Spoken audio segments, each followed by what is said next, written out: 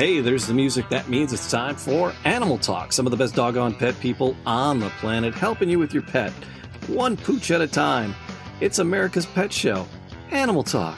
Thanks for being with us. Be sure to like, subscribe, leave a comment, do all those podcast things in all the podcast places. We truly appreciate you coming around. AnimalTalkRadio.com is the website. And, of course, WearingFunny.com if you're looking for some gear, some pet parent gear, some funny t-shirts. They're all there. They're available for you. Appreciate our sponsor, WearingFunny.com. Great place. Go check them out.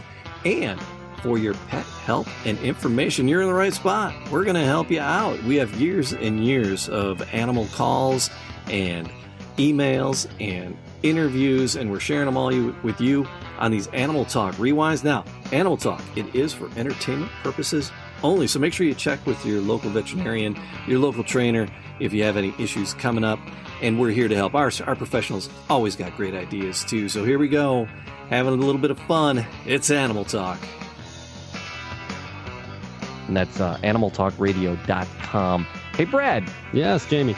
Speaking of being in tune with the modern world, how are things at the clinic this week? Oh, they're the usual, really. The last week we reported on I reported about the earring. Yes, the earring is gone. The hoop. Oh, Good. it is.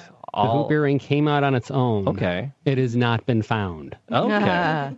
Okay. So that's where we are there. But I did have a little incident at a restaurant this week. Oh, what happened? Well, I went into a restaurant, and I don't want to say what type of restaurant it is because it's a national chain. But you remember my story about last fall when I was at the cider mill, and there was a bee on my apple? Okay. Anyway, what happened was I was in the restroom, and there's a great big sign. It says employees must wash hands. Right. I waited 20 minutes. I had to wash my own hands. I'm sorry, that's all I had. I'm sorry. That was it. That was it. That's the whole story. Wow. Right on. You got to warn me when the cheese is coming. Oh, there. Thank you. And, of course, it's dress-up night on Animal Talk. Isn't it always? Yeah, I guess it is. If you find your way over to the website, animaltalkradio.com, you get to our MySpace page. We got the cam going, and you can see that we have tiaras and things on. So, well, not we, but Donna and Paula do. So there you go. So that's why it's odd, because usually it's you and I. Yeah, that's well, we wanted our turn, right? Exactly. We couldn't allow you to steal all of the fun. So exactly. All right. Hey, there we go. My volume was down. I had to find my volume there. Okay. Website, animaltalkradio.com. Brad, we like to look at those emails, help people out electronically. Yes, we do. From time to time. Do you got one over there we want to look at? Yes. It starts out, Dear Animal Talk. What's this? A winner for me? Is a Border Collie a good in-house dog? Are they easy to train? And this is signed John D. They are wonderful dogs, but they're a dog that needs a job. So if you're looking for something that's just going to laze around the house and cuddle with you and watch movies, not the Border Collie. Maybe the Basset Hound would be a good sit around and do a whole lot of nothing with you. But a Border Collie, they're highly intelligent. They're actually still ranked number 1 in intelligence in dogs. They're an extremely smart breed, but they're a dog that if they don't have a job, they're very bored and can become destructive. And that's a dangerous thing. A bored dog is always a dangerous thing. So for an indoor only, unless you're going to be walking that dog a good 20 miles a day, I'd say no. Wow. Not the dog for you. They're an active breed. They need to have an active lifestyle. So if you're looking for a more inactive breed that's not going to do a lot, and you're looking for a good dog, Great Dane, Basset Hound, a retired racing greyhound, they'll just sit around. There was a Border Collie that I knew a technician who had one, and she had a house that had one of those walkways. It was like a hallway that you could see upstairs. And what the dog would do is it would take its ball, it would run upstairs, put its head through the between the bars of the walkway, would drop it to the floor, then run down and get the ball. It would play fetch with itself, and it would do that for hours at a time, just because it had to have something to do and had to keep busy. These dogs they'll drive both themselves and you nuts if they don't have something to do. If they don't have something to do, they need it. They thrive in a work environment. So if you're planning on doing agility or anything like that, that's a great dog for it. If you have an extremely active lifestyle, if you are a farmer, this is the best dog for you. They're a dog that can help maintain your sheep and whatnot in the farm. They got to have a job. They've got to have a job. If they don't, you're going to find some bad behaviors.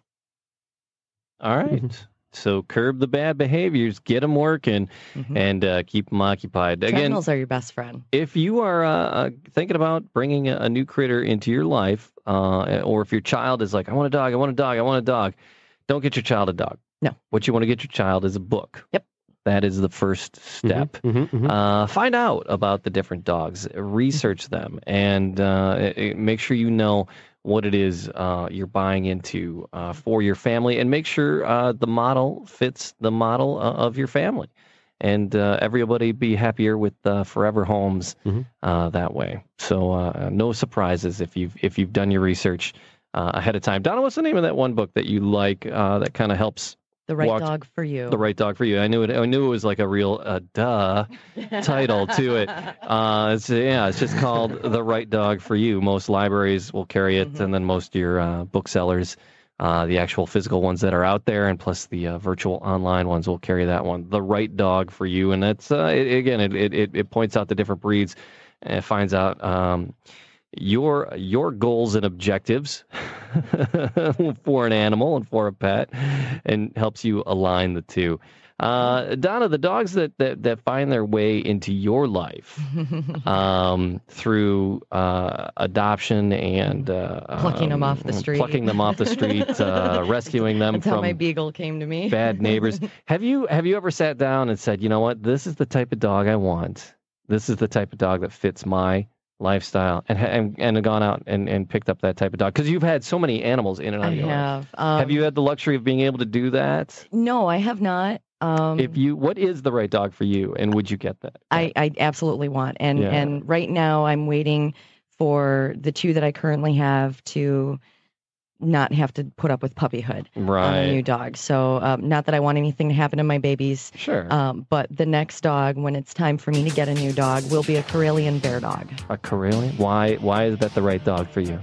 Because I like to hike and camp in bear territory, and there are dogs that will keep bears away from me. Oh, see, Donna's bear can only go so far. That's right. In saving her in the woods. Right. All right, if you want to know more about Donna's bear can, you started it. I did not. You led me there. I'll tell you more about it right after this. Hang on. Hey, it's Jamie. I got to hop on in here and remind you about our sponsor, wearingfunny.com. Wearingfunny.com for all your pet parent t-shirt needs. Head on over wearingfunny.com and check out the vast array of amazing, hilarious t-shirts. Thoughtful, cuddly, and cute for you and your kitties and your puppies. And hey, we take requests. If you have a critter that we don't have represented, let us know. We'll get you connected with just the perfect shirt for you and your critters, showing your love for being the best pet parent you can possibly be. Wearingfunny.com. Back to the show. Brad, do we have an email over there we wanted to address? Sure do. Dear Animal Talk. You've got mail. Let's see. Do you think animals have spirits? And this is signed Wanda. Do people have spirits? I think. They mean like souls? Yes.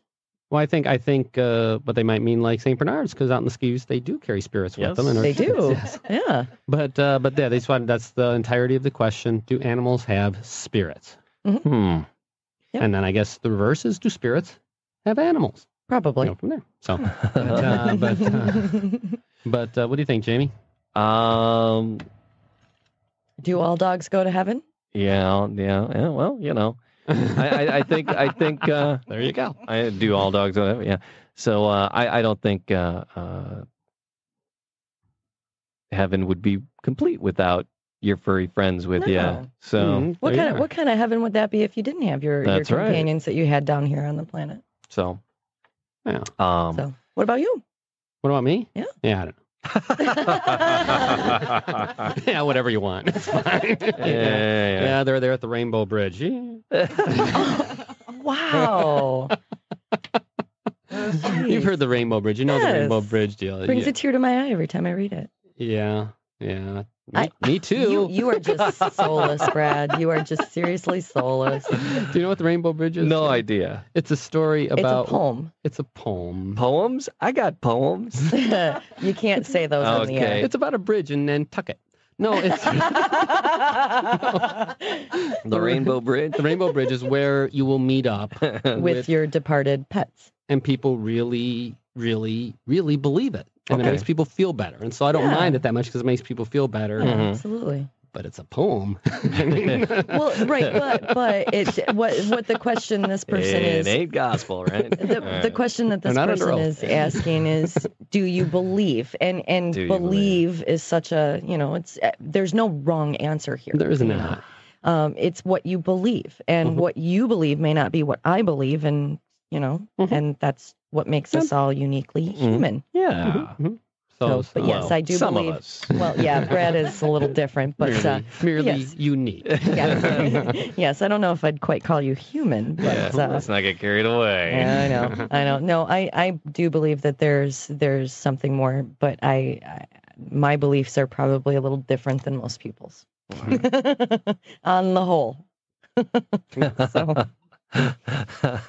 And that little phrase you just used just cracks me up. We'll go back to a match game joke about that later. But we were teasing people earlier, and then we got involved in our conversation with Ryan Buck from West Paw Designs and talking about their phenomenal dog and cat toys.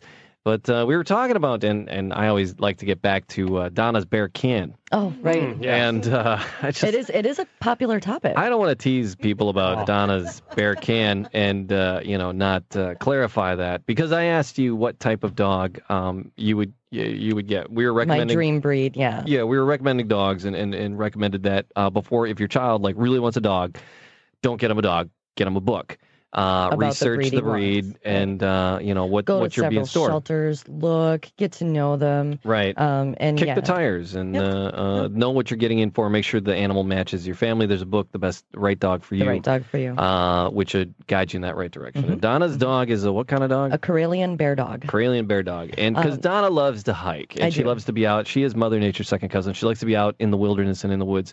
And sometimes she's hiking in very remote and bear-ridden terrain and out there with the wildlifers. So in order to ward off the bears, there's things you can do, and one of them is carry with you a bear can. And it's a bear canister, bear can. It's a pepper spray for bears. Right. You get one shot and to get away. Yeah. So it's a method that any hiker, anybody who's hiking in bear territory should have. They say you should sing, not whistle, because whistling sounds like ground squirrel, which is their food. Yeah. So don't whistle, but singing. Sing. Have a loud conversation with a fellow hiker or yourself. Absolutely. Take two large sticks and bang them every so often. I've known hikers that have banged their camping pots and pans. Just playing sticks would keep anything away. Oh, absolutely. Totally. Really? Yeah. Yes. Bring a boombox with you. Really, that would keep anything away, really. Yeah. But they will light their lighter. They will. Yes.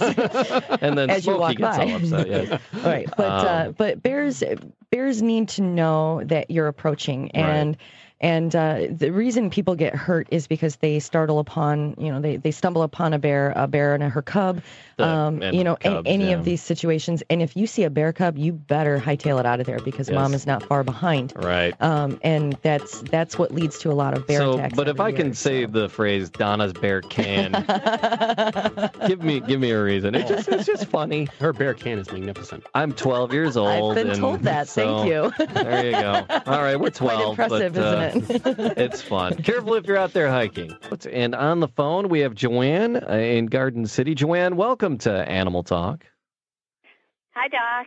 Hey, guy. Hey, you got the whole crew here. Donna's here, and Jamie's here, and Brad's here. It's the whole posse here, ready to help you out. All of you should be able to help me, huh? Yes.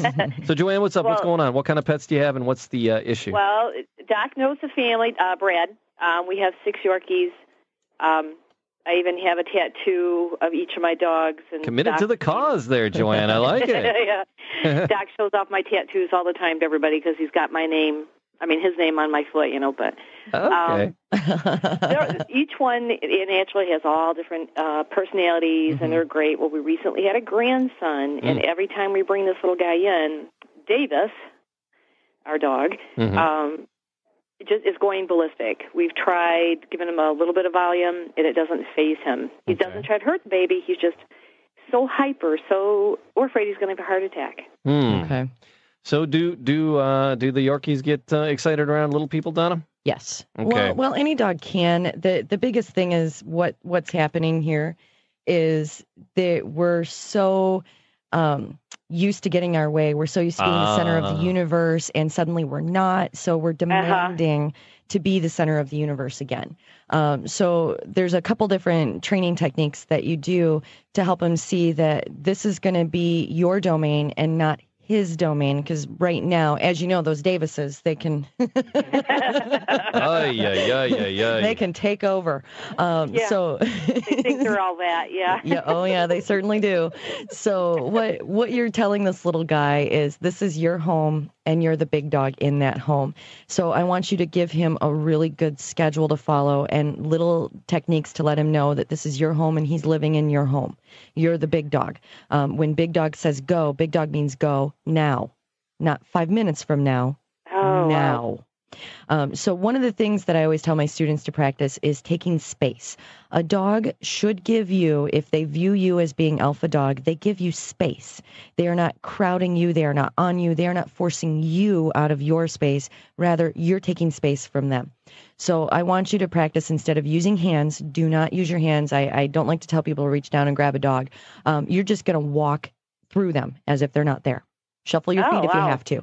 Make him give you space. By making him give you space, you're claiming ownership of wherever you are.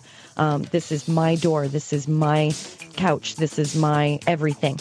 And when I tell you to move, you have to move. You're going to physically use your body to move him. You're not going to reach down and move him. You're going to walk right through him. By setting up boundaries and having him give you space, it's going to start to trickle down to other areas. I do have more. Okay, Joanne, if you can hang on, we'll get back to you after this quick break here, and a little bit more advice for you and the Yorkies, because that's always important with young people and babies and things. You don't want a mistake to happen. So hang tight, Joanne. We'll be back with you shortly. And today, going interactive. You didn't introduce yourself. Oh, and my name's Jamie. It's simple enough. My name is Jamie, and I just want to make sure everybody has a good time. He is the Colonel Sanders of radio.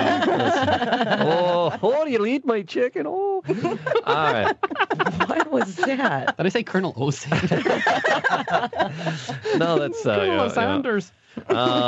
So there you go, helping you with your pets, whatever the problem might be. And as we broke last at the end of the hour there, we're talking to Joanne, and she's got a bunch of Yorkies, a whole pack of them. There's like Joanne, you got how many Yorkies hanging out there?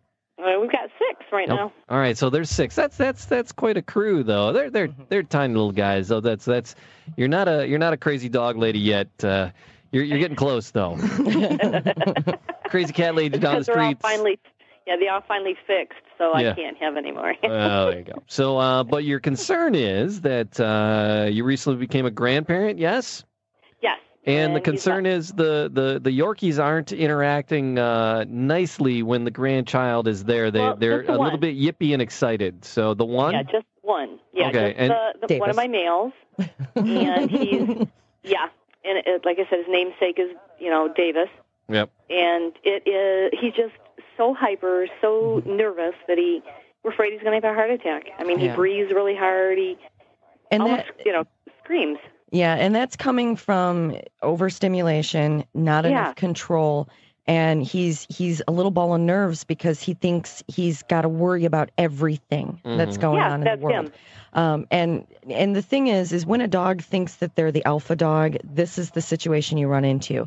They're highly stressed. They're highly agitated. They're always on edge. They're always worried that that something's going to happen. So he's feeling like he's got the weight of the world on his shoulders right now.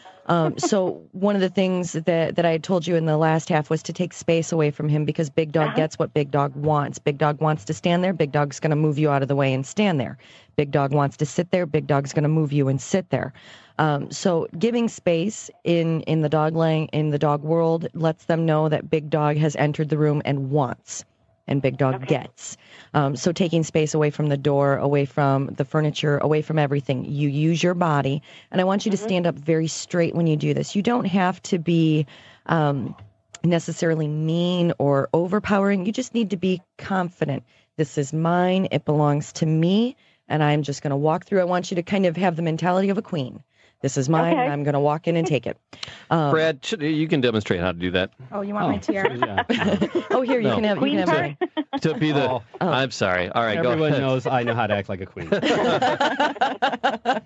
I'm sorry. I'm sorry.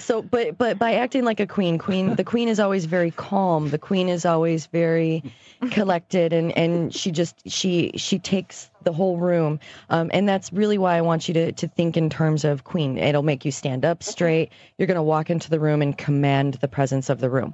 And he's going to respond to that. He's going to go, oh, Big Dog just entered. I'm going to respect you. So this is going to help take the weight of the world off him so we can calm down a little bit. You send him out. He doesn't get to be involved all the time.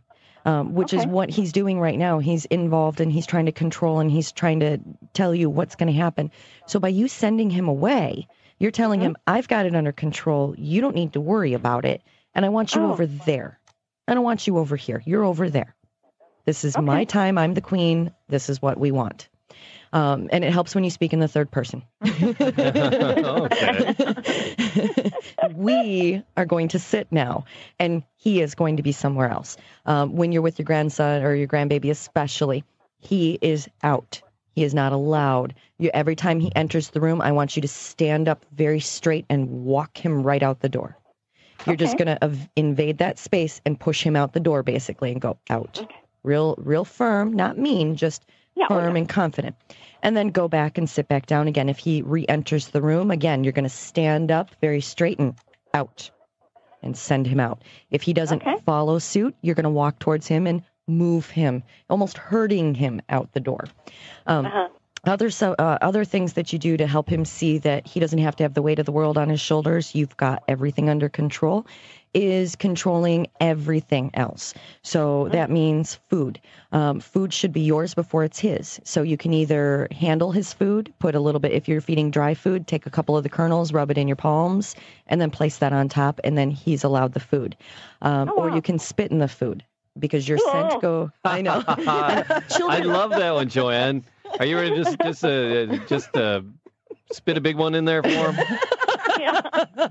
You know, kids love it when I say that, because it's the one time they're allowed to spit. But it does. Putting your scent on the food is what's going to help him understand that the food belonged to you before you were done with it, and now he gets your leftovers. Big Dog gets to eat first, and the underlings eat after. It's called loogying. Not quite, but you. So that's why I said you can either handle it in your palms, put your scent on the food first. Those kernels that you've handled stay on top, or you spit in the food, and then he has to perform for that food.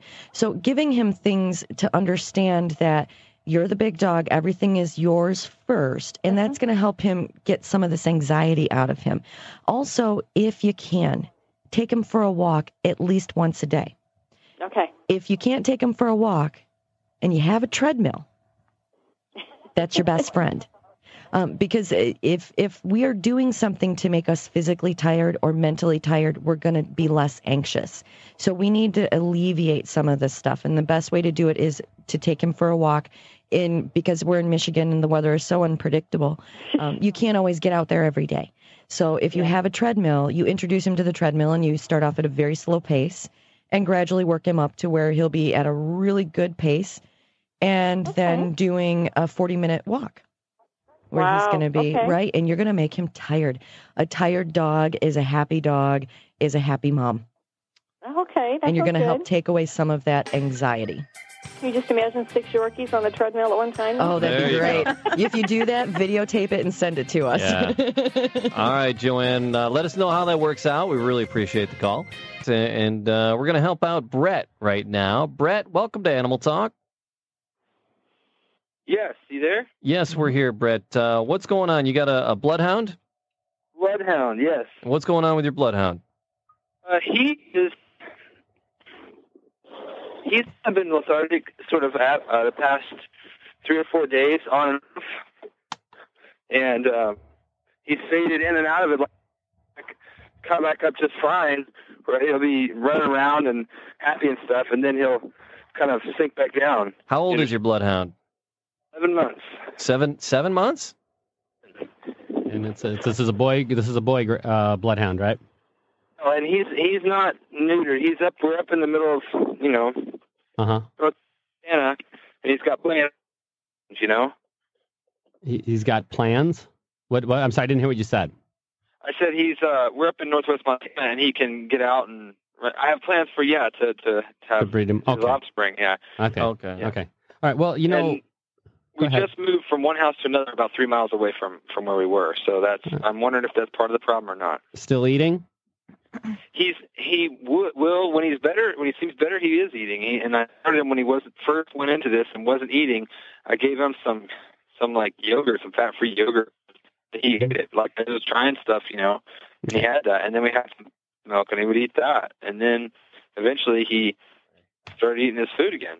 Okay. And then it went that way for a day or so, and then he stopped. And now he's stopped again, and then back on. He's okay, seemingly. And then this is the last time now he's back kind of lethargic again. Okay.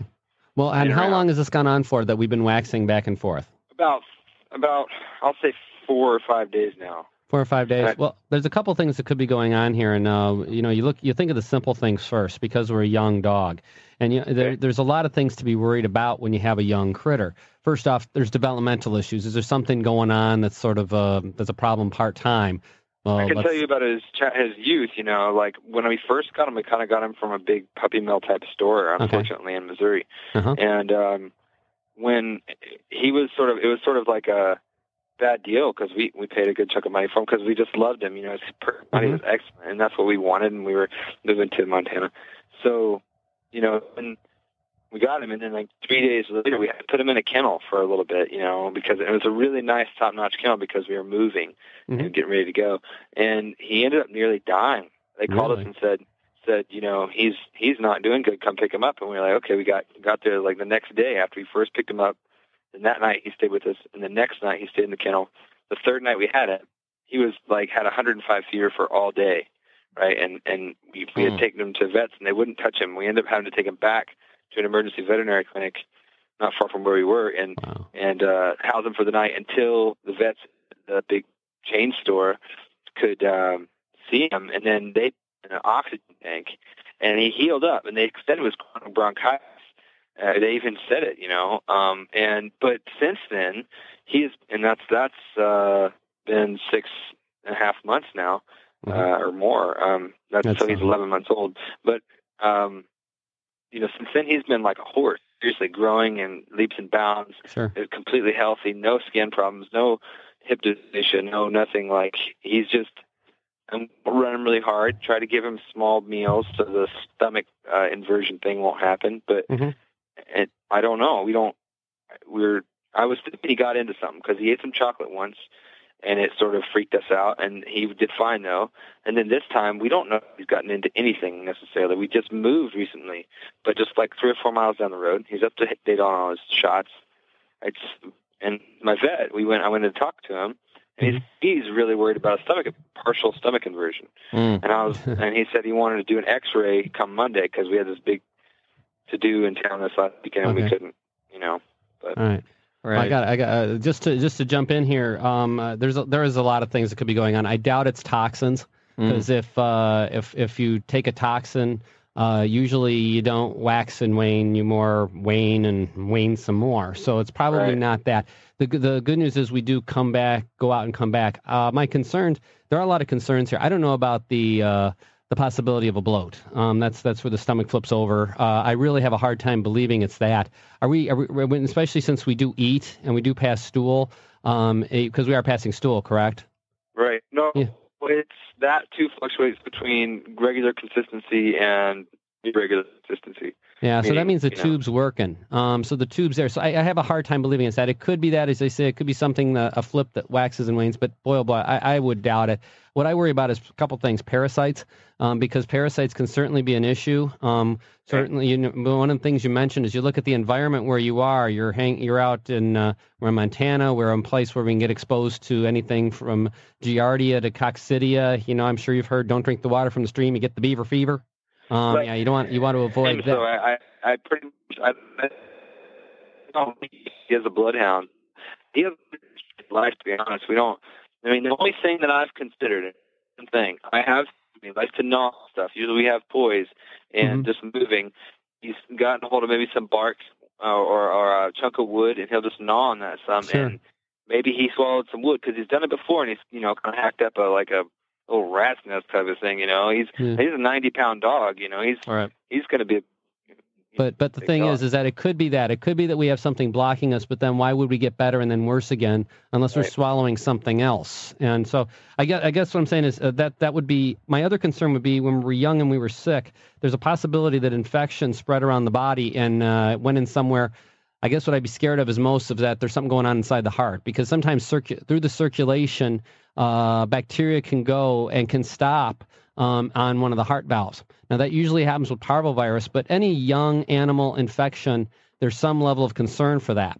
What you're talking about is really a great idea. Getting things checked out by the vet, get an X-ray, see what's going on, and then go from there. What kind of emergency measures can I take if he takes a sudden dive downhill? I mean, is it basically get into town? Because I'm 20-something miles from town, and when the doc said, if he does stomach turn, that's like a 30-minute deal, and you're. Well, it's not necessarily that quick, but again. He's adamant about the emergencies as a veterinary profession. But I have to kind of weigh that. He's like, well, that's the first thing I'm going to look for. Yeah, I doubt you're going to have an emergency before tomorrow, to be honest with you. But that's the thing is, keep eyeing the gums, keep feeling the abdomen. If the abdomen starts looking big, get on your way. Definitely, he is down. He lays on his floor bed, and then he curls up there. He'll lay on a bed, like on the floor, bed on the floor. He's doing that now? He's in there. He's actually sitting up right now. But, okay. But when he does lay there, and he's with his bird right now, I'm sure if I went in front of me, in there, his stomach is like gurgling, like he's gassy, like. Well, tap the stomach and see if it pings. If it's full of gas, then you're in trouble. If it's full of gas and you're hearing a ping, then you got to get there. But definitely get in tomorrow, get a workup, because you might have some trouble here. It's not worth wasting time. All right, Brett, thanks so much for the call. Definitely give us a call back and let us know how things work out. We had Mark on the line, and he has a Boston Terrier that's only 5 months old, and he's been running too close to the road. It sounds like the Terrier's getting off. I think Mark's call dropped. But, Donna, when you got a young pup like that, 5 months old, and the dog is getting out and close to the road, that's kind of scary. It's kind of dangerous. Scary, you could have a dog that's not going to see 6 months old. Yeah. Very sadly. What can Mark do with his Boston Terrier? A leash. Okay. It's a great new product. First time ever available. No, I'm kidding about that. But no, a leash. Always having control, even though you may have a dog that's showing you that they understand the ground rules and they're doing great in potty training and they're sitting on command and they're coming when you call them. You have control of your dog until the moment you don't. Right. Oh. And a 5-month-old dog, no matter how smart that dog is, even if we're talking about a border collie. Right. And again, #1 ranked in intelligence in dogs. Even if we're talking about a border collie, any 5-month-old puppy should not be off a leash when they go out. Too many things can go wrong. Okay. There's just way too many dangers for a puppy. Keep in mind, this is a young dog that's still exploring its world for the first time. It's experiencing, depending on where you live, if you live in an area that has seasons more than just one, Yep. then you're going to have every season something new come up. And this is the first time the dog's experiencing that. And there's a lot of different things that we can get into that can cause trouble. So no matter how smart your dog is and how great he's doing with training in the home, at 5 months, he really shouldn't be off leash. Yeah. It's very rare to encounter a 5-month-old dog that is compliant 100% of the time off leash. Okay. It's very rare to find a dog that's over 2 years old that is 100% compliant off leash. Because again, you have control until the moment you don't. So my dog is great, listens to my commands. But if something were to come up that, say, a chipmunk ran by, that temptation of the chipmunk at some point may become too overwhelming for her. And that's when she breaks command. So a 5-month-old dog, I can't expect a 5-month-old dog, again, regardless of how great he's doing. Sure. He's not going to know enough yet. Okay. So don't have him have this opportunity. This is dangerous. This is something that, like you said, he may not make it to 6 months at this point. So he's not off leash, period, at this point.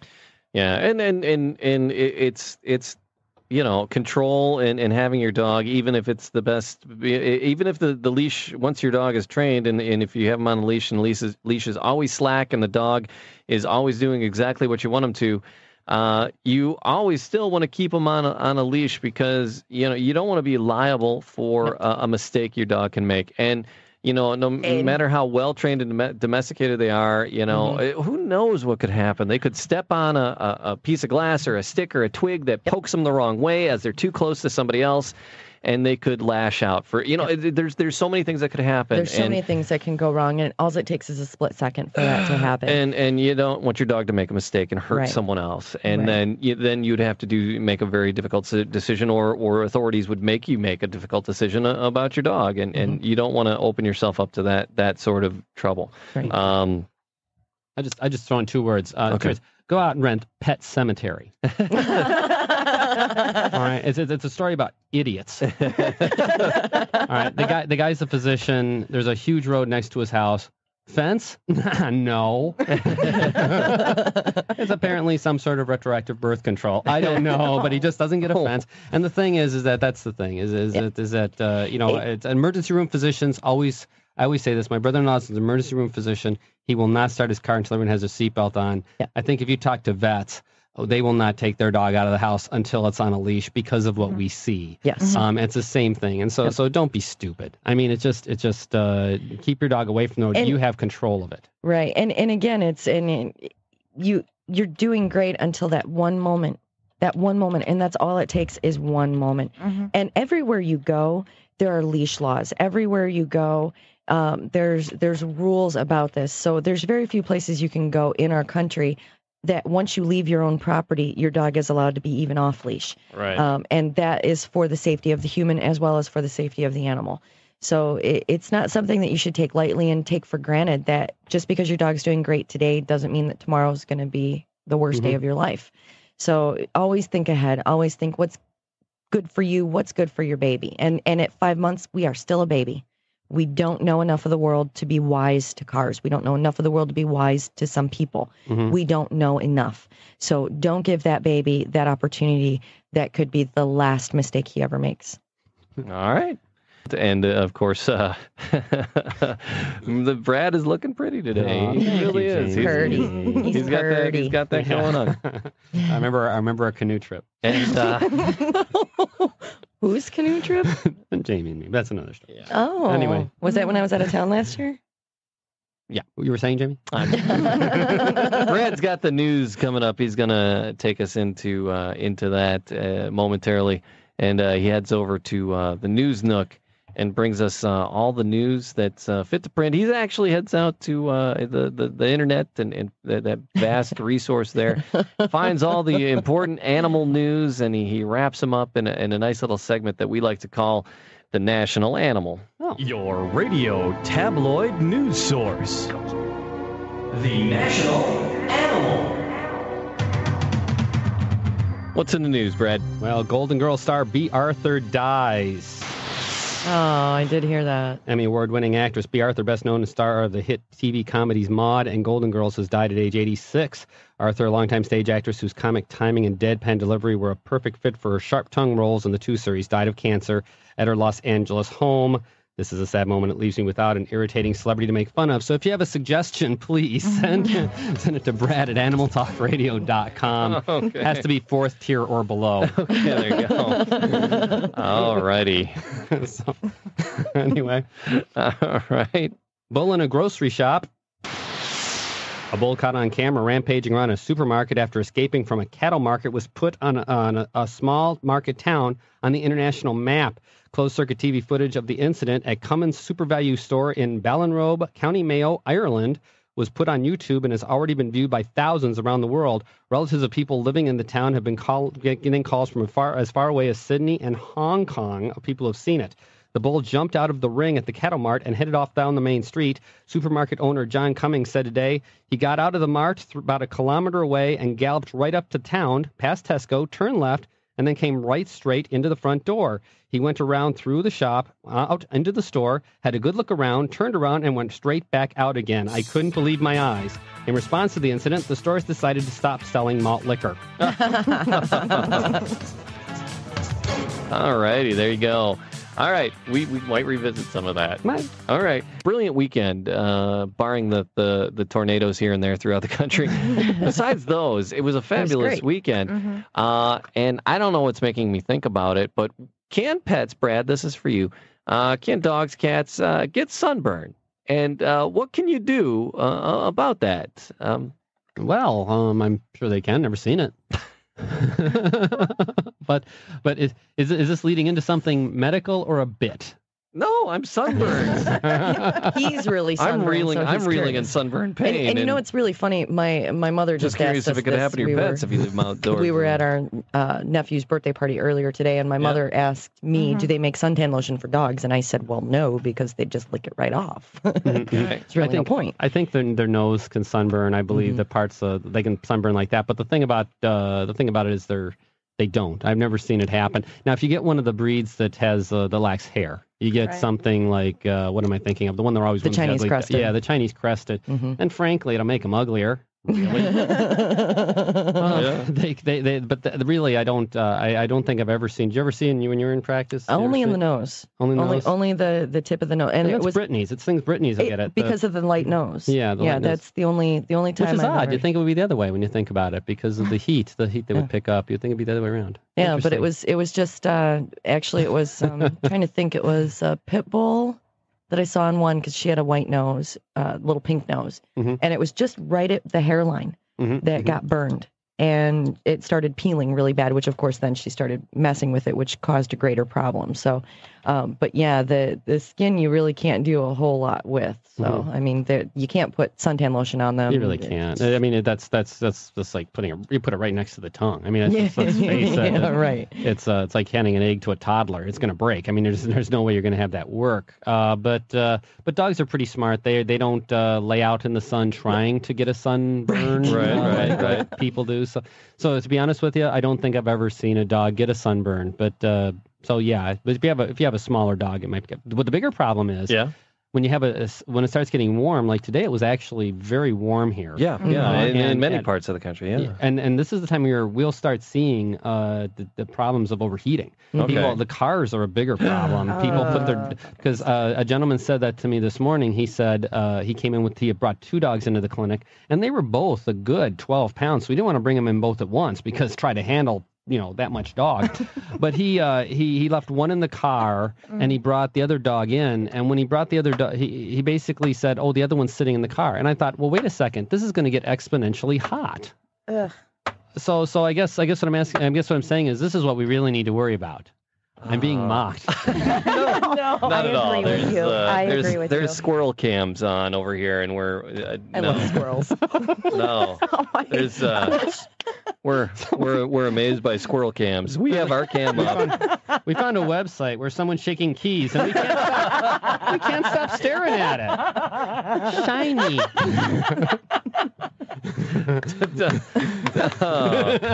We're easily amused. Squirrels. Squirrels are great. I love squirrel. Look at squirrel. Look at squirrel. We're like dogs over here. We're like we're focused on a squirrel. So. They're clawing at the screen of the computer. Mm-hmm. I love squirrels. I do. But the heat and the exponential raising of the heat in a vehicle, it's just it can be catastrophic within minutes. So don't do it. 80 degrees outside, it's like 110 in your car. And it's going to keep getting worse. Yeah. And I literally, once I had a gentleman call me. I saw his dog. I gave vaccines to his dog. He had a gentleman caller. And he said, he said to me, he called up because the dog died.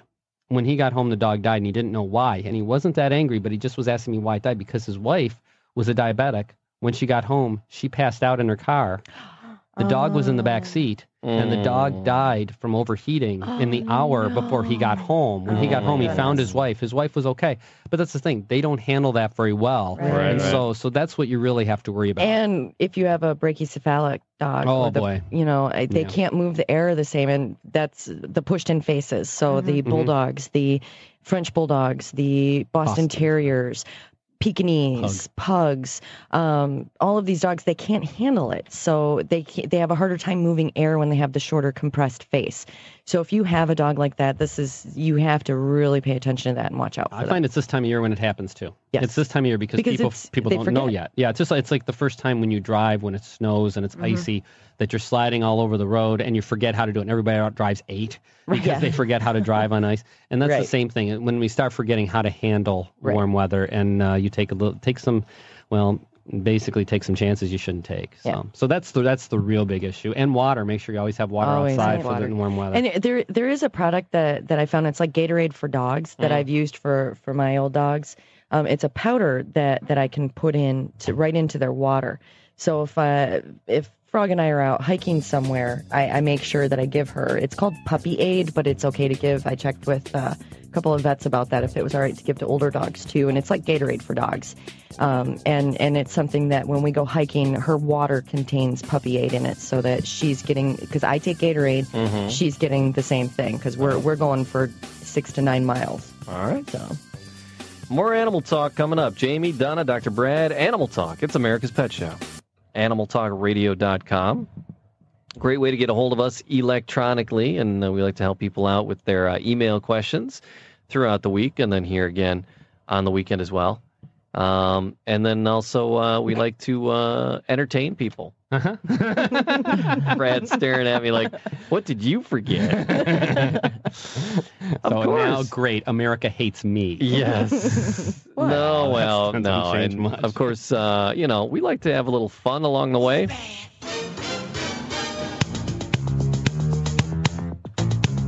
Oh, I'm not going to do it. It's time for the bad animal joke of the week. Here we go. Bad animal joke of the week. If you'd like to send one in, we'd be happy to take it and subject the rest of America to it as well. All right, here we go. Bad animal joke of the week. Hey, Brad. Yes, Mr. Jamie. What do you call a dinosaur that's sleeping? I don't know. What do you call a dinosaur that's sleeping? A dinosaur.